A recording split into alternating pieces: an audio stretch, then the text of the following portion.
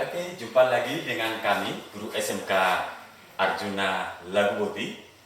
Sekarang pembelajaran fisika mengenai energi, dan usaha. Adik-adik pasti tahu dong apa itu energi. Energi adalah kemampuan untuk melakukan usaha. Energi ini bisa bergerak dalam bentuk radiasi, di mana kecepatan cahaya kita ketahui itu 3 kali 10 pangkat 8 meter per sekon. Nah, untuk pembahasan energi dan usaha untuk kelas 10 SMK, kita batasi menjadi 3. Yang pertama, energi kinetik. Energi kinetik. Mungkin pertanyaannya yang paling sederhana yang belum pernah kita ketahui, bagaimana air dalam freezer berubah menjadi es? Air dalam freezer menjadi es itu karena energi kinetik. Energi kinetik adalah energi yang dihasilkan karena pergerakan sebuah benda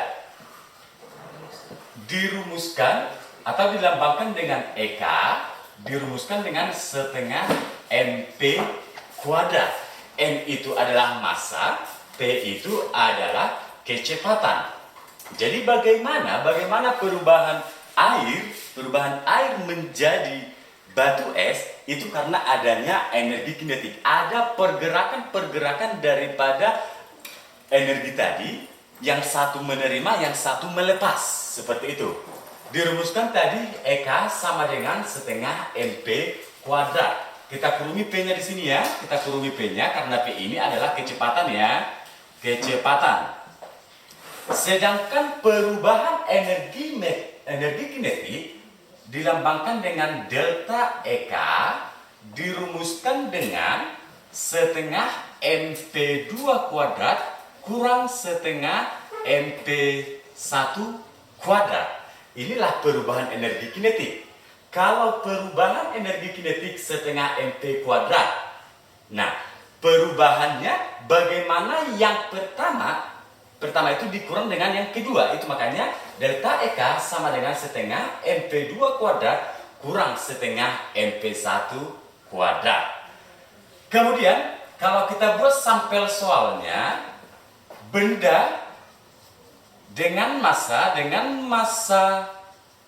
20 kg bergerak dengan kecepatan 5 meter per sekon. Hitunglah energi kinetiknya.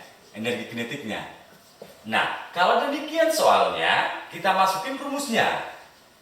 EK sama dengan setengah MP kuadrat. Diketahui M 20 kg, P 5 meter per sekon.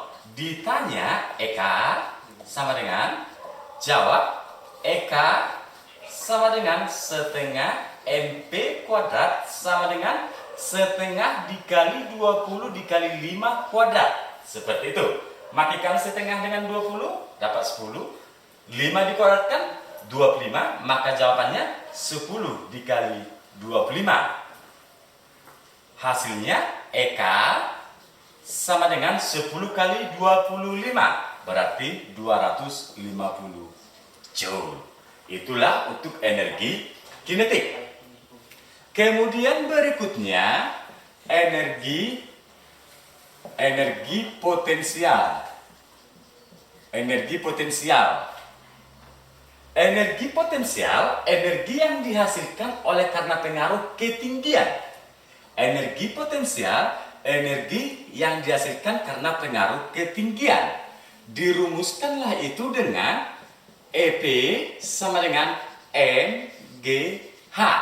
H ini adalah ketinggian. EP sama dengan MGH. G di sini gravitasi, M di sini adalah massa. Kemudian jika EP sama dengan MGH, maka perubahan energi potensial bisa kita tuliskan MGH2 kurang MGH1 Atau delta EP sama dengan MGH1 dikurang MGH2. Kenapa bisa demikian? Kalau yang ini, rumus yang ini, kita catatkan di sini H2 lebih besar dari H1. Sedangkan perumusan ini kita tuliskan di sini H1 lebih besar dari H2. Jadi ada-ada aja membuat delta EP adalah MGH2 kurang MGH1, atau ada juga delta EP sama MGH1 kurang MGH2.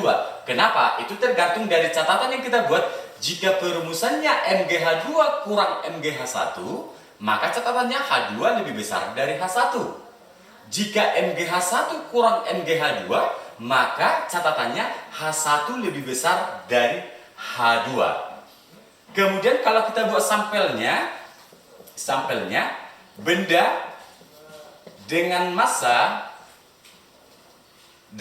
10 kg berada pada ketinggian 2 meter, hitunglah energi potensialnya.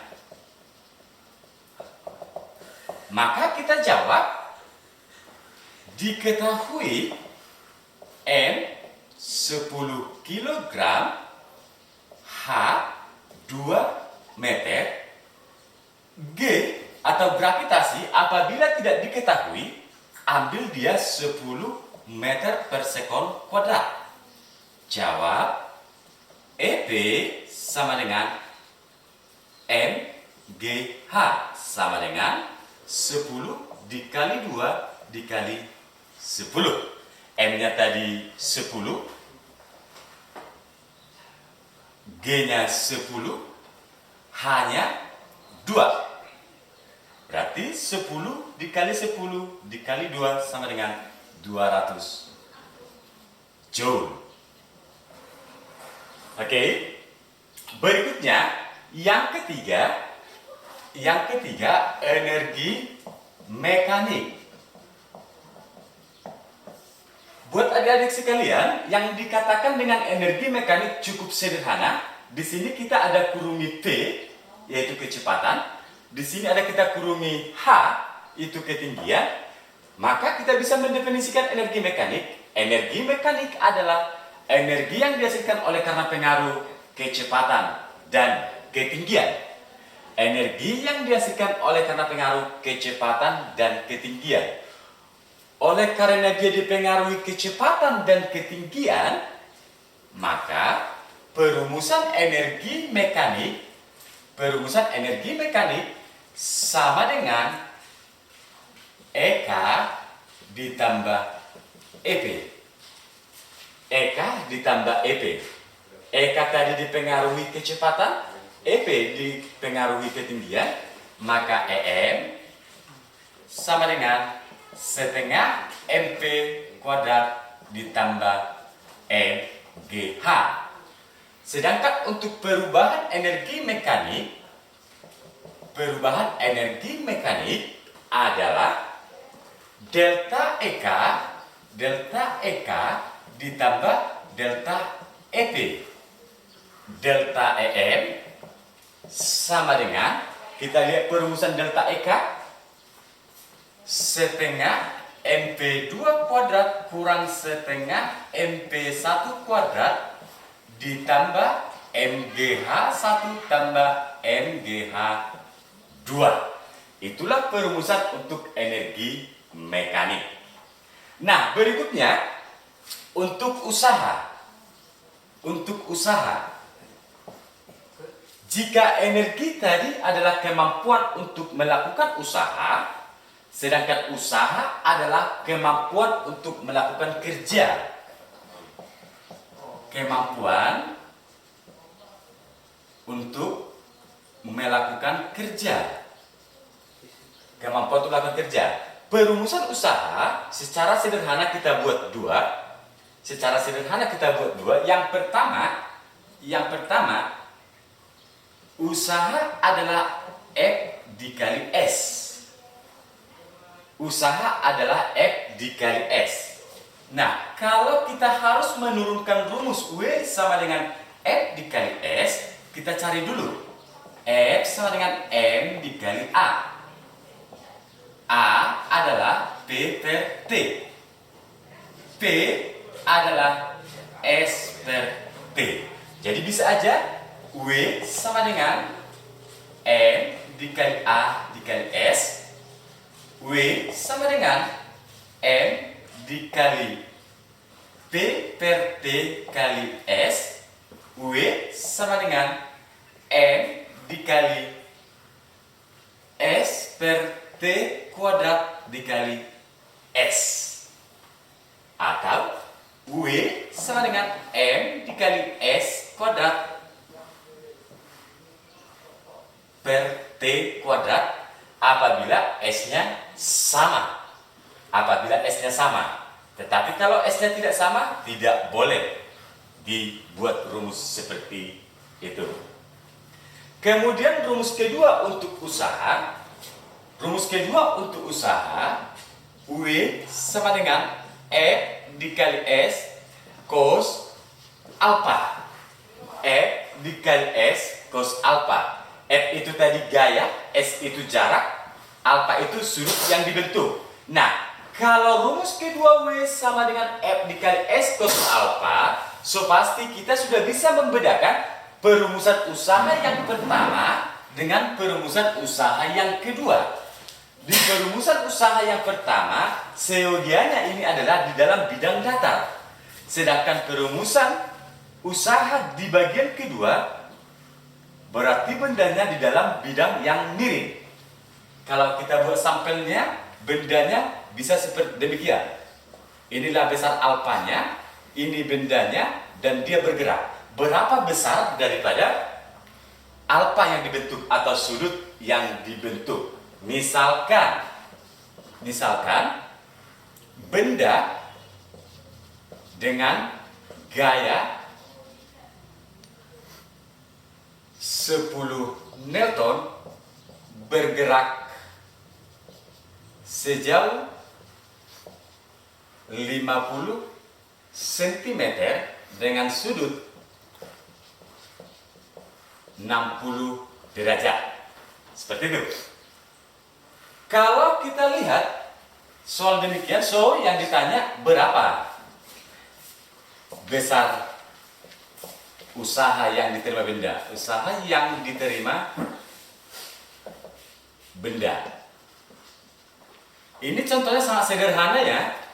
Ini contohnya sangat sederhana. Kita tinggal membuat apa yang diketahui, apa yang ditanya. Dan ini masih sejalan dengan rumus nomor 2. Kita lihat.